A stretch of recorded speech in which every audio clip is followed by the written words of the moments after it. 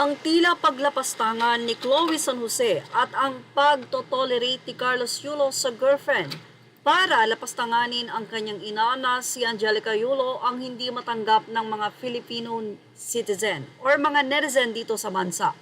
Marami ang hindi nagugustuhan ang ginagawa ni Chloe o ang kanyang pagiging palaban na ayon sa kanya kapag hindi ka na kailangan ng pamilya mo ay wala na silang pakialam sa'yo. Maraming mga sinabi si Chloe na puro side niya ang di umano ay tila maaawa ka talaga. Pero paano nga ba ang side ng kanyang mga magulang na pati ngayon si Carlos Yulo ay tila hindi na rin maganda ang pakiramdam para sa kanyang ina. Na ayon nga sa mga netizen ay itinulak ni Chloe itong si Carlos Yulo para mapareho ang kanilang sitwasyon ngayon. Yan ang tinitignan ng mga netizen.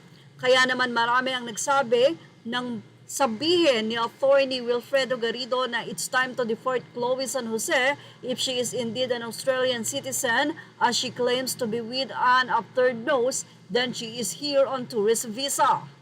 Marami kasing nilabas ang event itong si Chloe San Jose, pati na rin sa ASAP kung saan ay wala naman siyang working visa at tourist lamang siya dito, kung saan ito nga ang ibinahagi ng abogado na hindi dapat ginagawa sa bansang Pilipinas. Ito daw ay tahasan na pangbabastos sa bansa.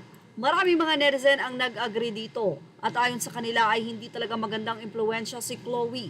Lalo-lalo na sa mga kabataan, madidinig ang mga reason nito na pwede kang lumaban sa magulang lalo na kung alam mong hindi tama ang gusto nila para sa'yo at hindi mo nais yun.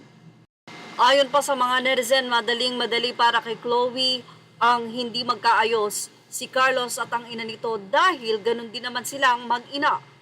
Kaya naman anong pake ni Chloe sa ina ng hindi niya naman ina? Sa ina nga niya, wala siyang pakialam. Narito po ang naging say ng mga netizen.